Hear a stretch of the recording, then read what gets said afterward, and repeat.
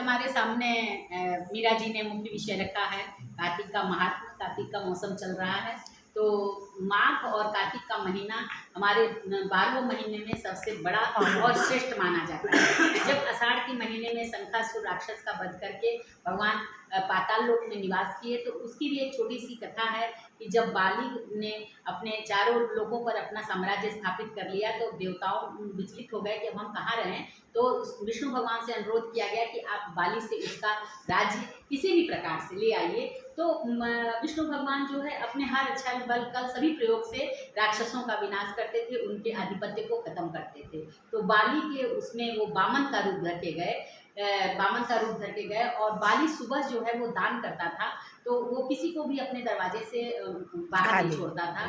तो बाली के सामने जब बामन रूप धर के विष्णु भगवान गए, तो उन्होंने कहा कि क्या चाहिए ब्राह्मण, आप तो बहुत छोटे हैं, आपको क्या चाहिए, मैं तो आपको सब कुछ दे सकता हूँ। तो उन्होंने कहा कि मुझे 3 पग चाहिए, 3 पग भूमि चाहिए, इससे ज़्यादा मैं नहीं मांगूंगा। गर्व से चूर था। उसने कहा कि बलि ने कि ठीक है आप 3 पग नाप लीजिए। तो 2 पग उन्होंने नापा, तब तक उनकी स्त्री ने उनको पकड़ लिया और कहा महाराज ये क्या कर रहे हैं, ये कोई छोटा बालक नहीं, ये कोई दिव्य है, इनके आप पता करिए, आप ये क्या कर रहे हैं। तब उन्होंने अपना उनकी पत्नी के आग्रह करने पर, उनका मंत्र जाप करने पर उन्होंने अपना विराट स्वरूप विष्णु भगवान का दिखाया और उन्होंने 2 पग स्वर्ग और धरती को नाप लिया था, सिर्फ पाताल लोक बाकी था।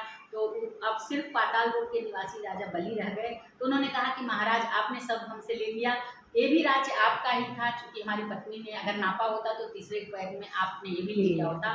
तो मैं चाहता हूँ कि कुछ क्षण आप हमारे पाताल लोक में भी निवास करें। तो भगवान ने कहा कि मैं जो है ब्रह्मा और विष्णु शंकर पे धरती का भार सौंप के 4 महीने में हमेशा हर वर्ष मैं यहाँ पे निवास करूँगा। तो शंखासुर का वध करने के बाद पाताल लोक में वो जाकर के शयन कर लेते हैं। शयन करने के बाद वो योग मुद्रा में हो जाते हैं, क्योंकि उनके द्वारा विश्व संचालित है, तो देवता कभी सोते नहीं हैं। तो सोने मतलब प्रलय, वो उनकी योग एक मुद्रा होती है, उसमें हो जाते हैं।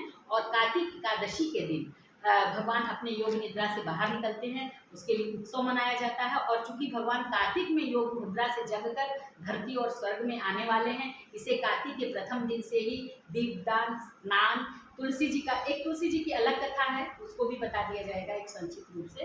तो उनके उसमें आने के उत्सव में एकादशी का त्यौहार, उसके बाद पूर्णिमा मनाई जाती है। उसमें सारे देवी देवता देव दीपावली मनाते हैं कि हमारे भगवान ने, क्योंकि उस समय उस बलि का इतना प्रताप था कि उसे उन्होंने मुक्त किया था और उसको उसी पाताल लोक तक ही सीमित कर दिया था। इसलिए कार्तिक का महात्म बहुत ज़्यादा है और कार्तिक में जितने भी पुण्य और अच्छे कर्म ही करने चाहिए, क्योंकि वही हमारे जो है साथ जाता है। तो मीरा जी का बहुत बहुत धन्यवाद। भगवान